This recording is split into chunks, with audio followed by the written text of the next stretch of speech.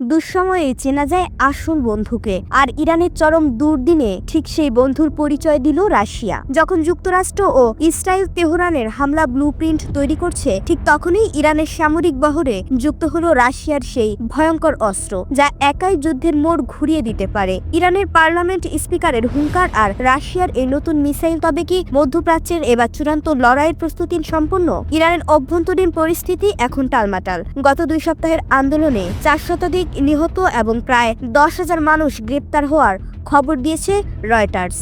এই সুযোগকেই কাজে লাগাতে চাইছে ওয়াশিংটন। মার্কিন প্রেসিডেন্ট ডোনাল্ড ট্রাম্প আবারও হামলার হুমকি দিয়েছেন এবং মধ্যপ্রাচ্যের ঘাঁটিগুলোতে অত্যাধুনিক সমরাস্ত্র মোতায়েন শুরু করেছে পেন্টাগন। গোয়েন্দা রিপোর্ট বলছে আগামী কয়েক সপ্তাহের মধ্যেই ইরানে বড় হামলার ছক কষছে যুক্তরাষ্ট্র। কিন্তু হামলার আগেই ইরানের হাতে চলে এসেছে গেম চেঞ্জার। মালয়েশীয় সংবাদ মাধ্যম ডিফেন্স সিকিউরিটি এশিয়া নিশ্চিত করেছে যে রাশিয়া ইরানকে সরবরাহ করেছে ভয়াবহ ইস্কান্দার ব্যালিস্টিক মিসাইল।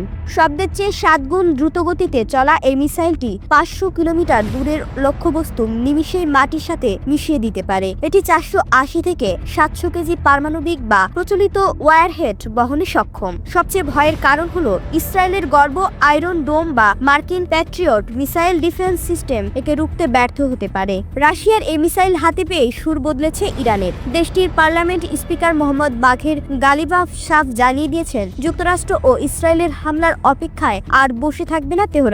শত্রুর গুরুত্বপূর্ণ স্থাপনাগুলো এখন তাদের টার্গেটে, অর্থাৎ আঘাত আসলে পাল্টা আঘাত হবে আরও ভয়াবহ। ইস্কান্দার মিসাইল কি তবে ইসরায়েলের অস্তিত্বের জন্য নতুন হুমকি?